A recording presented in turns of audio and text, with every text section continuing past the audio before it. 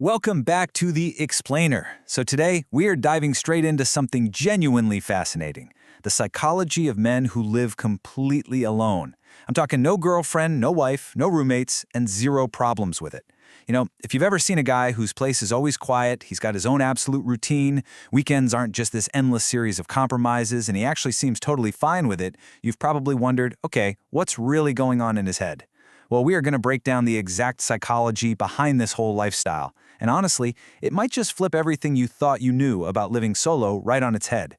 Because that brings us to the very first question that pretty much everyone asks. Is a guy living alone actually just secretly lonely? I mean, be honest here. When you picture a man living completely by himself, do you instinctively kind of assume he's missing out on some huge, fundamental piece of the human experience?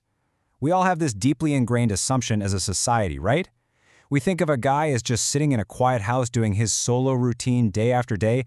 There's got to be this massive void. We assume something's broken, or maybe he's just, biding his time until somebody comes along to finally fix his situation. Okay, let's dive into this, because the contrast here is incredibly revealing. Society basically assumes a man living alone is incomplete, like his life is this big puzzle missing the centerpiece. But psychology tells a completely different story. Psychologists look at this and say, hold on, there are very real, highly intentional reasons for this. It is usually the exact opposite of a problem. It's not some miserable default state, and it's definitely not a failure to launch. It's actually a deliberate, chosen state of being that fulfills some incredibly profound psychological needs. Section 1. Autonomy and Control. So to really get why living alone isn't just, tolerable for these guys, but actually super desirable, we have to look at the absolute foundation. It starts with a concept psychologists call autonomy satisfaction. And this isn't just a casual preference for wanting things your way, it's a core human need. It's that deep, fundamental psychological drive to feel completely in control of your own time, your physical space, and your everyday decisions. Think about it. The world is chaotic. It's constantly demanding things from us. So for a lot of men, living completely alone is literally the most direct, unfiltered way to meet that core need without having to constantly compromise or negotiate. Just picture his daily life for a second. There is absolutely no negotiating the thermostat. If he wants it freezing at 68 degrees, it stays at 68 degrees. There are no passive-aggressive arguments over who left the hallway light on, no 30-minute debates scrolling through Netflix to figure out what to watch, and zero compromise on the weekend schedule or what's for dinner. He has total, uncompromised ownership. So, what looks like an empty house to you or me is actually a sanctuary of complete control to him. And that kind of total control, it translates into a genuine, deep-seated peace rather than loneliness. Section 2. Secure Attachment and Clarity. There is this massive misconception out there that men who live alone are somehow emotionally stunted, or they're just isolated loners totally disconnected from the world. But in reality, what we're usually looking at is a pattern of secure attachment, just without the dependency. Think about the emotional outlets they do have: friends, family, meaningful work. These men often form incredibly deep, rich bonds with their inner circle or through their professional passions. And because that network is actively meeting their emotional needs, there just isn't this gaping hole that absolutely requires a romantic partner to fill it. Their emotional world is already stable, so a relationship? It becomes an option to enhance life, not a life raft you need just to survive it. And having that emotional stability leads right into another huge psychological trait: preference clarity. Think about how many people you know who are in relationships purely because they're terrified of being alone, or they just settled for, good enough. Preference clarity is the absolute opposite of that.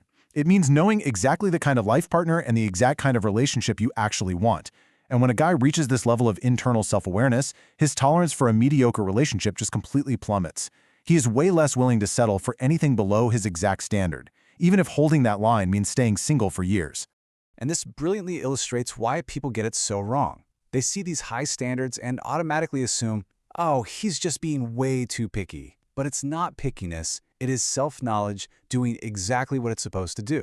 By knowing what he wants, and honestly, knowing what he doesn't want, he's actively protecting his peace. We really have to reframe this single status. It's not a deficit. It's not an inability to find someone. It's an incredibly high standard for who actually gets access to his life. He's essentially the bouncer to his own sanctuary, and if a potential partner isn't going to elevate his experience, that velvet rope stays firmly closed. Section 3. The Solitude Reward. Now let's explore the neurological side of this, because this is where it gets super interesting. What actually happens to your brain when you live alone for an extended period? Well, you enter this psychological loop of positive conditioning, and it physically rewires how you perceive being by yourself. It basically happens in 3 continuous steps. First, you experience calm, undisturbed solitude every single day. It feels restorative, right? Second, because you're having that repeated positive experience, your brain starts associating being alone with a reward instead of a lack of company.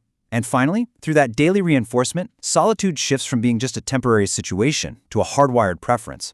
It stops feeling like an absence of people and totally transforms into this highly rewarding presence of peace.